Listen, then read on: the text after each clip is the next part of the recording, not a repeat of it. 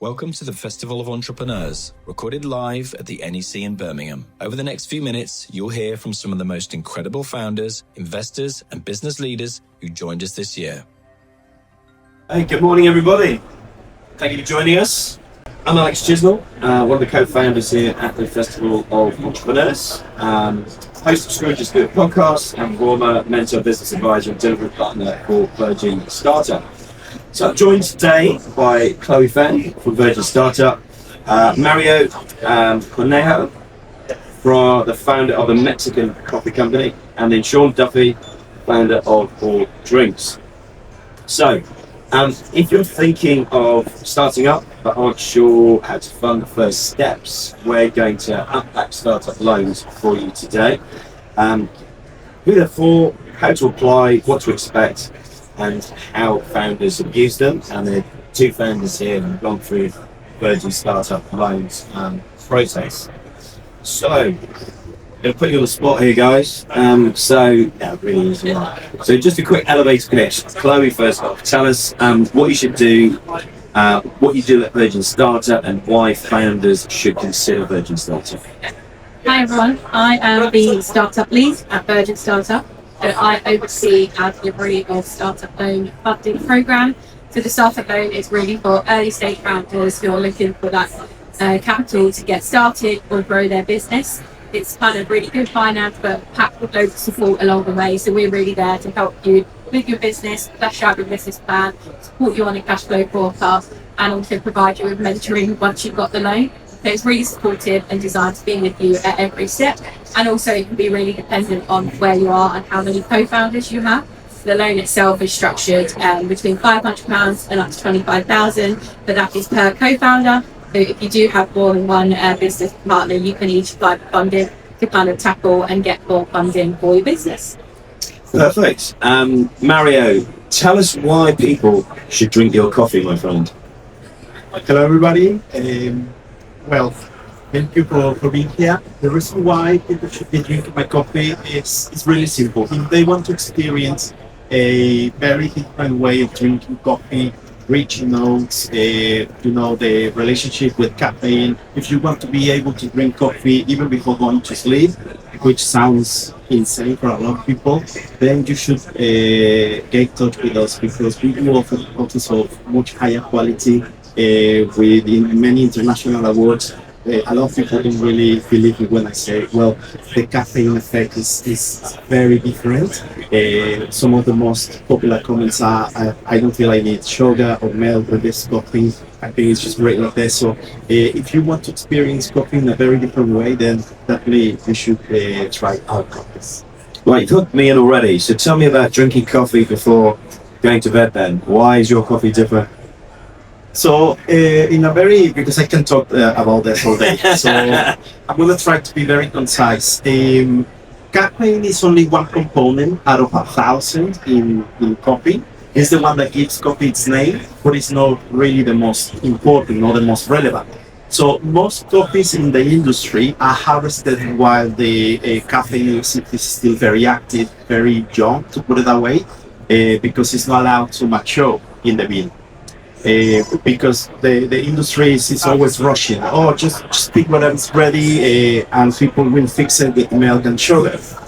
However, when you drink that kind of coffee, the caffeine will finish maturing in your body. So your body will become the bean in which the caffeine will still be running until its cycle of life has ended. And that's the kind of effect that people feel. Oh, I'm shaking all day, I'm dizzy, my tummy burns, and my heartbeat, I'm about to have a heart attack. And that's because the caffeine is still very active. However, when you allow that process in the actual bean, then what you get is a richer, fully developed coffee bean with all of the properties, the benefits, the health benefits, which are plenty as well. And the caffeine has aged, so it's really mild. And I'm not going to say that coffee takes much longer to be harvested. It costs more to be harvested because we are talking about difference of months. Usually, most of us in the industry They begin in November, they finish in December, really quick. However, the coffees we trade, they begin in November, they might finish March, April, sometimes even May, because they really allow every single coffee bean to mature. But that gives you, as I said again, a very different approach. Flavors, health benefits, we are talking about prevention of dementia, memory loss, migraines, prevention of different types of cancers. There's plenty of scientific research about this. Lots of antioxidants. I mean, I'm 75 and look at me, right? I think I need a KD. You look amazing. Yeah. I think people will be looking. Imagine this man sells a lot of coffee. Yeah. So, well, it does work. So that's in a nutshell why it allows you to drink it even before going to sleep. Thanks. That's fantastic. Right, Sean, you got to beat that. That's your drinks brand, or drinks. Sell us on that. Hi, well, I'm Sean. I'm the chairman and co-founder of Raw Drinks. We are effectively an alcohol-free mood-enhancing beverage. So we sit in between the intersection of a wellness drink and an alcohol alternative. So we take a lot of our inspiration around our flavors from well-known cocktails and mocktails that exist out there on the market, and then we infuse nootropics and adaptogens into them to provide you with A, an effect, and B, long-lasting health benefits at the same time. So this is the point where people typically ask, what are nootropics and adaptogens? You may have heard of a few of them out there: lion's mane mushroom, ashwagandha, L-theanine, and there's some pretty big brands out there that are doing quite well in this market, like Trip, for example. What makes us a lot different from our competitors and why you should drink more is because we are way more jam-packed with nootropics and adaptogens than any of our closest competitors by far. You only need one 250ml can to feel an effect. By the time you have your second, you'll be on the moon. But I just want to clarify. I always wanted to get the moon. I'll send you a box over. I just want to clarify, there's no alcohol. So we are totally alcohol free. We are positioned for someone who either doesn't drink at all or doesn't want to drink alcohol on any specific occasion. But you still want to enjoy the benefits of socializing with your friends, going on a night out without feeling terrible the next day. Now, in addition to that, we have two profiles. You guys are kind of early to the door here. So first one is called Uplift, where it's in the name. All of the ingredients and adaptogenic profiles that we include in Uplift are meant to give you a bit of a kick for your social occasions. We're coming out in January with a new SKU called Unwind, a totally new category, which is the opposite effect. So this is going to chill you out, this is going to help you get to sleep. It includes relaxing profile adaptogenics in it, such as magnesium and ashwagandha, that are really going to reduce anxiety and effectively show you up. Interesting, because only just the other day before I was interviewing one of the founders of Dirty, functional mushrooms, etc. So it's a fascinating topic. Is it Andrew Salter? Yeah, I was interviewing Andrew. Yeah, top guy. Yeah, absolutely top guy. Okay, those of you who joined us, we're talking startup loans, and I've just talked to Marion and Sean about their businesses they've gone through the Virgin Startup process. Chloe, who is Startup Loan for, and what are some of the key eligibility points? Because that might have changed since I was a Virgin Startup years ago.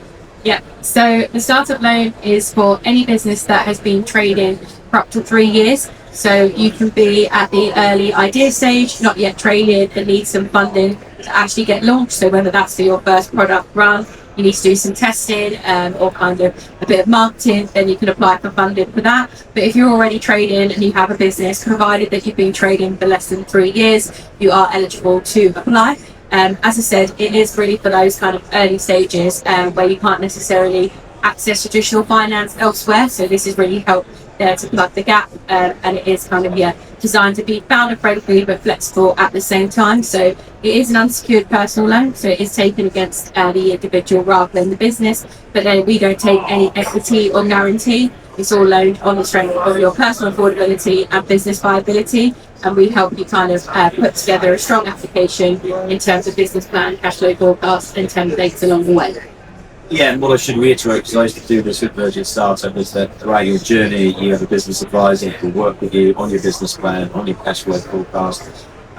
It used to be up to 2 years, so up to 3 years unlocks a lot more businesses because the stats of businesses getting to 3 years Yeah. are obviously very good. Yeah, exactly. I think that was kind of the real reason for it. Yeah. The businesses who've been trading 18 months, 2 years, still struggle to access capital. A lot of people want kind of full trading history and need to demonstrate that you've at a certain point, and actually you still need funding to grow or kind of continue what you're doing. So startup loan is there to really help those early stage founders at that 3 year and under mark. Brilliant. Okay, and let's go. I want to hear from you guys, Esty. What was the purpose of the loan? Like, what did it unlock for you guys? Maybe the first thing that it unlocked. What did it enable you to do within your business? Maybe Sean, you go first. Yeah, sure. So the initial ideation and conception of board came from basically just me and two of my friends, now my co-founders at the time. We were pretty hungover from the previous night, and we were going to Oast House. If you guys know Oast House in Manchester, it's a pretty lovely kind of outside bar area, beer garden, and we just didn't want to drink again, but if we wanted to socialise without kind of feeling some of the downsides of drinking alcohol. Now, between our circle, we have quite a large community of people we know that work in grocery stores or own grocery stores, bars, restaurants, quite a wide network of potential buyers within our scope. Now, we initially took this idea to a lot of these potential buyers before even getting any investment at all, and we found that actually there's a potential idea here that could succeed quite well within this industry.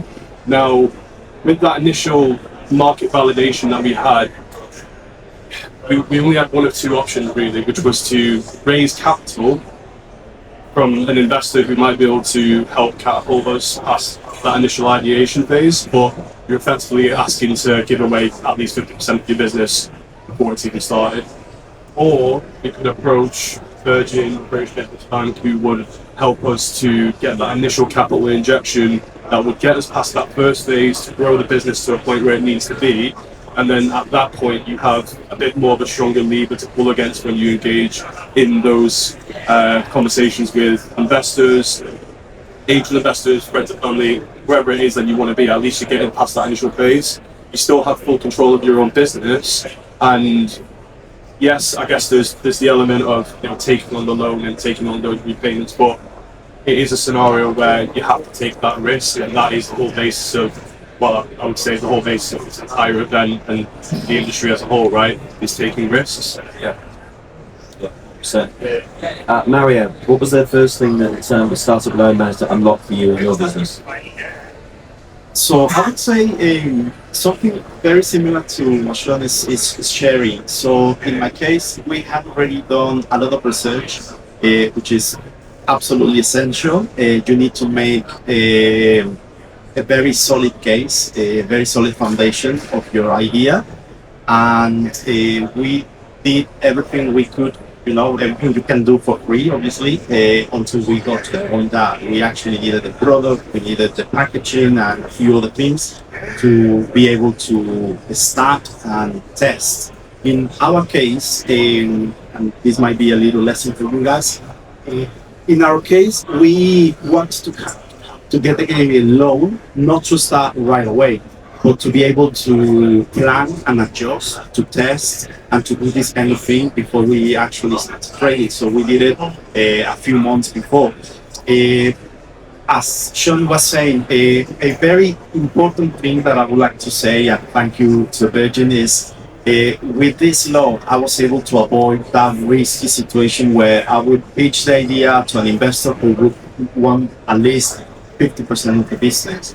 At that point, after years of working on this idea, this project, you don't really want to give away not even 1%, not yet, you feel like you want it just for you. You want to see it grow and maybe late in the future.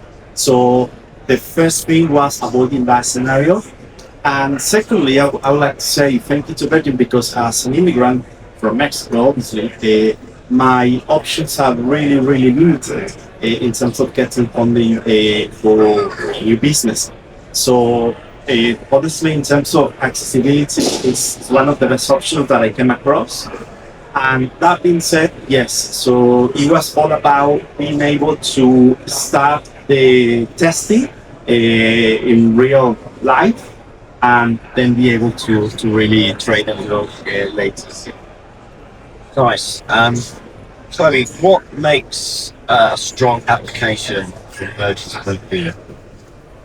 Good question.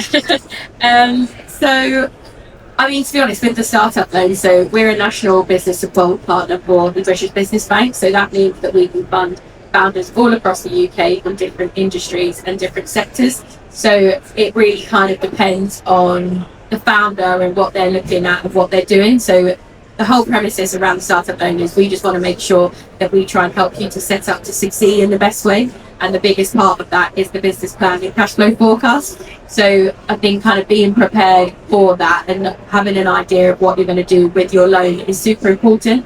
Doing a bit of research up front to make sure that actually if you apply for 20,000, say, you know exactly where you're going to spend that and what it's going to do for the business, because that is really important and how you present that in the cash flow. You don't need to know all the answers, but having that kind of idea up front of what you're going to do with the loan just really helps to structure the support, and you'll get so much more out of your business advisor if you kind of have that in place. The business advisor is there to help you with the business plan and cash flow forecast. They'll run you through all of that and they'll give you a bit of direction and give you a bit of support and advice, but you come into them and say, this is my idea, this is what I want to use the funding for, and this is what I know it's going to cost.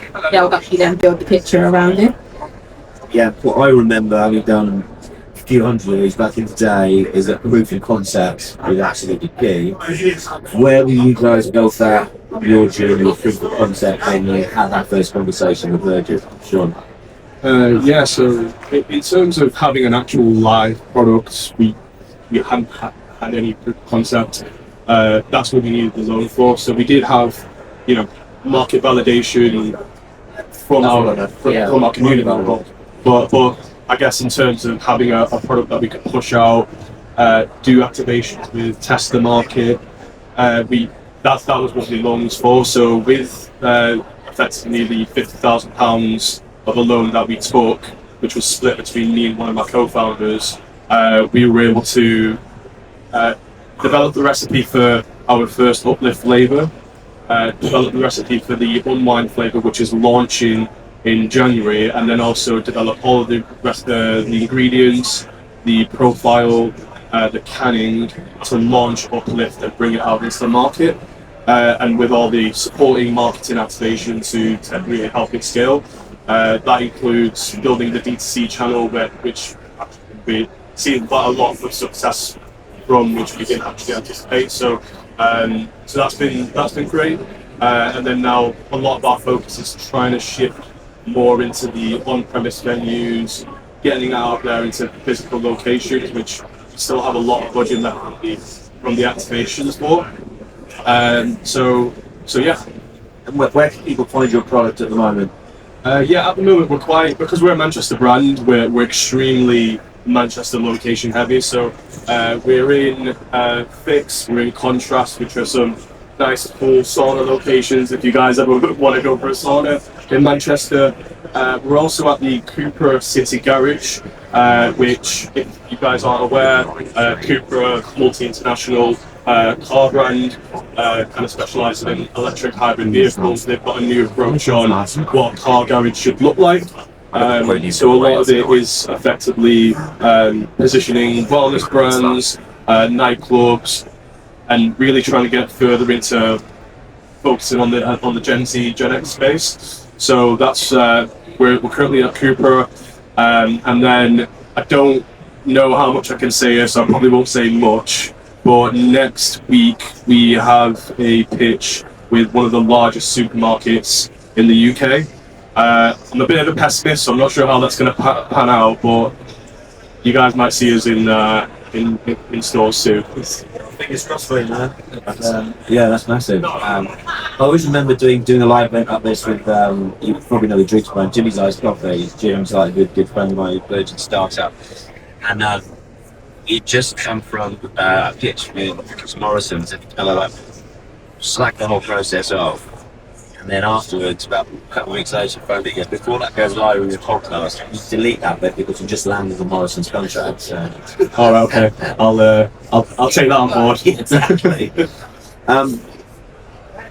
Mario, tell us a little bit back from your side of things. Then, what was your proof of concept? What did you use the loan for initially, and where's your kind of distribution with your product at the moment?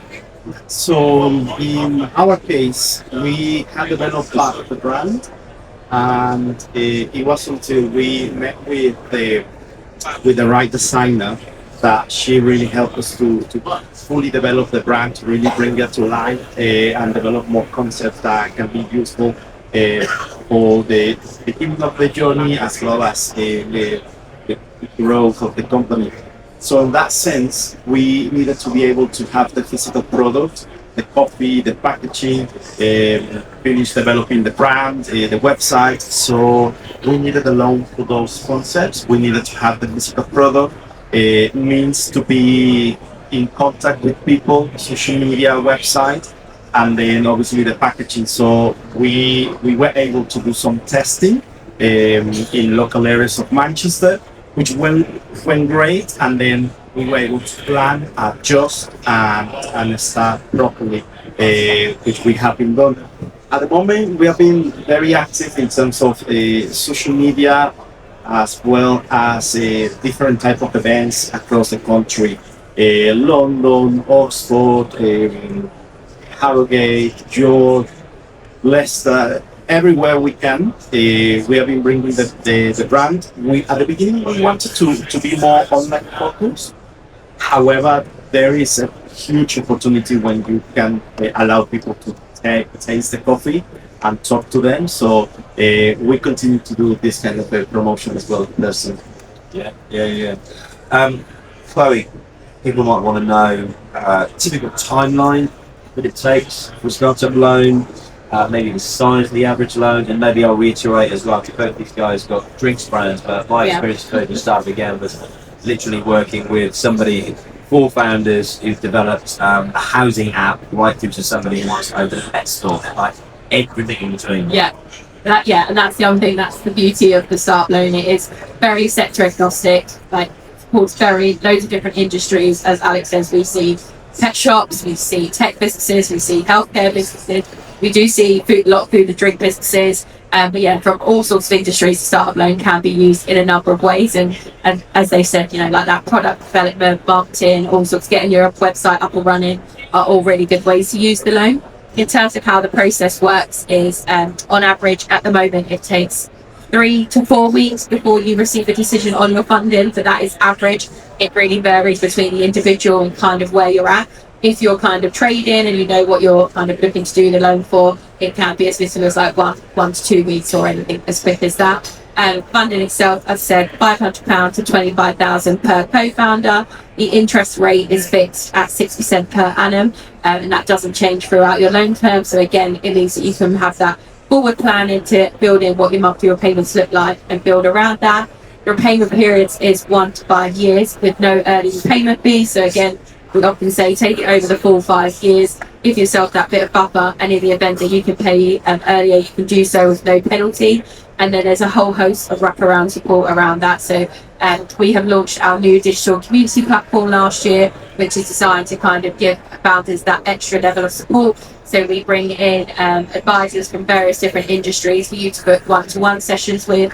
We host exclusive events, and also we really do try to lean into the Virgin brand. As we're a part of the Virgin Group, we do have the opportunity to connect with other Virgin companies, and we've just launched our new Virgin series. So we're bringing in lots of buyers from different Virgin companies to talk about what they look for.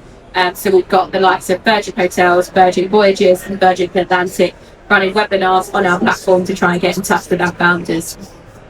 Yeah, funny enough, because of my background was Virgin Atlantic, then I went to Virgin Startup, and funny enough, that was one of the first partnerships that we did. There was a lot of stuff going on with Virgin Atlantic and Virgin Startup, which is amazing. I mean, there's something ridiculous, like 200 different Virgin companies, so there's lots of opportunity there. Yeah. Okay, guys. Maybe, and I'll open this up for Q&A for the last few minutes. So if anybody's got a question or have a little think of a question that you might want to ask Chloe, who the startup, or one of the guys who are on the startup journey. But maybe you give one tip each. If you had to go through the process again of getting a startup loan, give one tip each.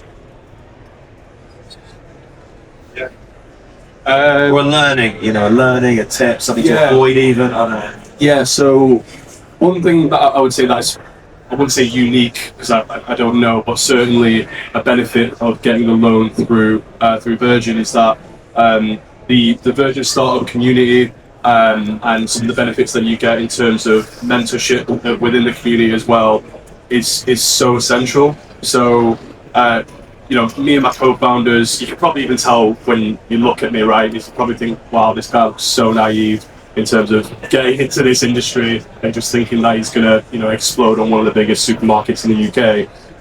But with that naivety means that we have to kind of take that extra step forward to seek advice from industry professionals where we might not know everything.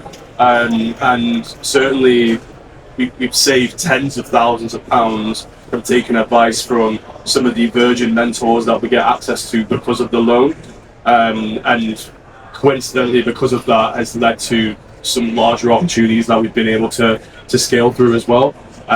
So I wouldn't say it's necessarily the use of the loan itself, but some of the wider value add around the Virgin Startup loan.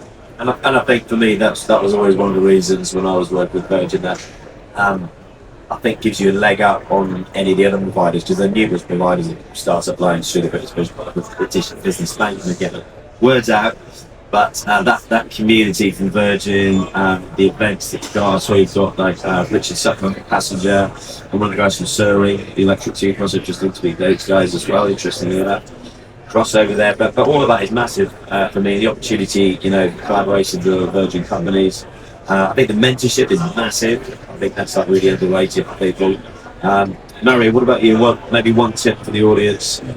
Yes, I think if I had to go through the process again, or something I can recommend is really simple: plan and a strategy. So plan as much as you need to plan, but not too much, because at the end of the day, you have to start. You have to go for it. So it's always that tricky balance, right, between planning, a good solid planning, and then execution, right? But you don't do a strategy just yet.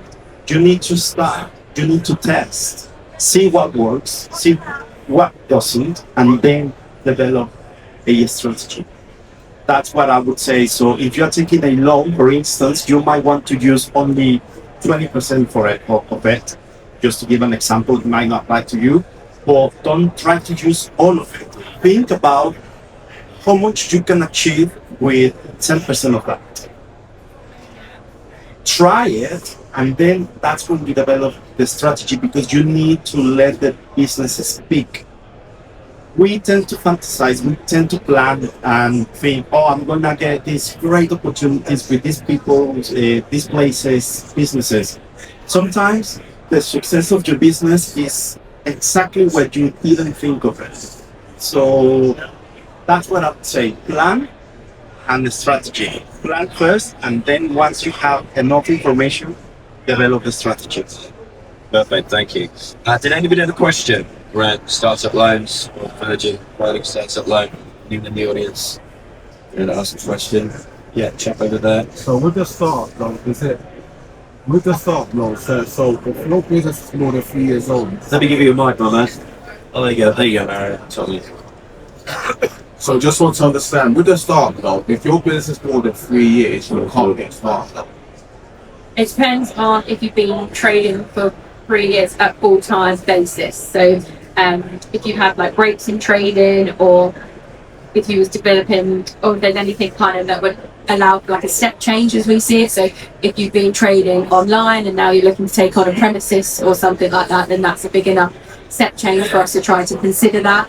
It is really got case by case basis, and depends on like your level of sales. So we have our founder support team who are at the really early stages of the process, and you can book in 15-minute calls with any of them to chat through your specifics and try to determine whether you're eligible or not. So we can connect after and I can show you some details on that.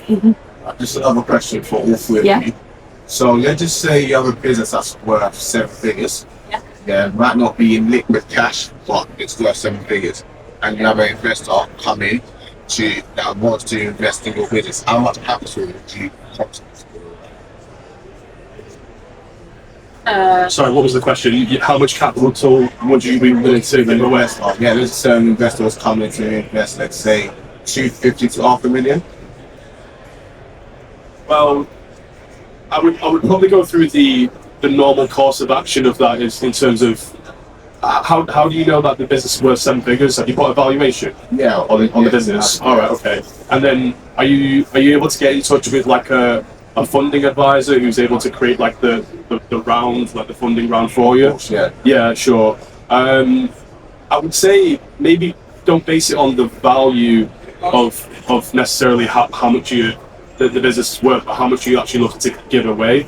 So really think, okay, let's just say the business is worth 2.5 million. Yeah. Would you be prepared to give away 20% of that in terms of it being £500,000 investment? That's the right amount, I think.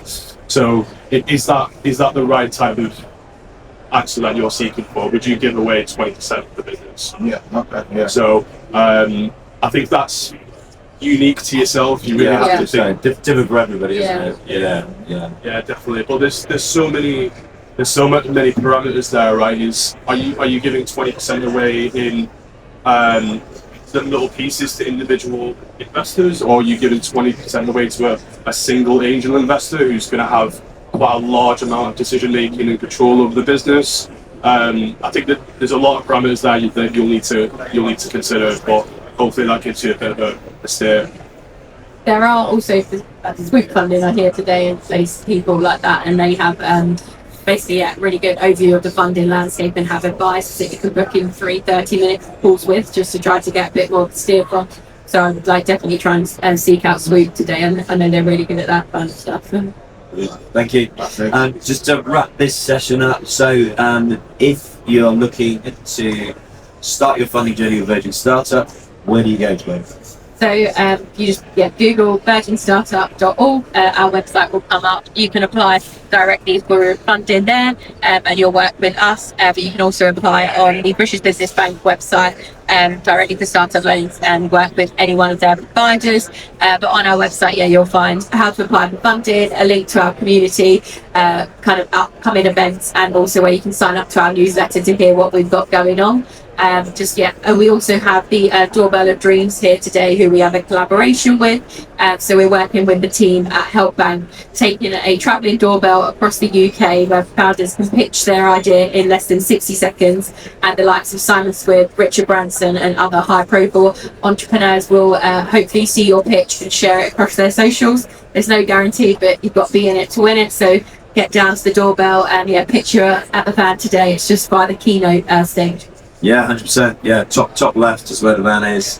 Just to let you know, so coming next here, we've got a chat around getting angel investment. So Nell Daly, her business Revenge Capital, they've just raised a 75 million fund. So they're going to be talking about angel investment, hosted by Leslie Thomas, who sat right here. And then I'm going to be going over to the keynote stage where I've got Richard Harbin, who sold HomeServe for over 4 billion.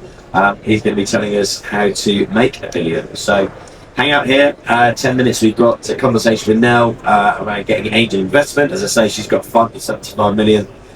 She's just invested in some really interesting businesses. Piamonte Drinks, one of them I saw as well in your space as well. And then, as I say, I'm over with Richard Harbin talking about HomeServe and how he sold that business for $4 billion. So thank you very much indeed. You can connect with Chloe, Sean, Mario as well, and talk about them and their businesses. I'm sure you'll be happy to hang around and have a conversation. But thank you all very much indeed, and hope you enjoyed today. Thanks for watching this special episode from the Festival of Entrepreneurs. Our mission is simple: to help founders and business owners grow faster, think bigger, and take action. And if you are part of the event, Thank you for joining us and being part of the community. And if you missed it, don't worry. We'll be back with even more ideas, inspiration, and opportunities to help you take your business to the next level. You can find out more and register for future events at festivalofentrepreneurs.co.uk.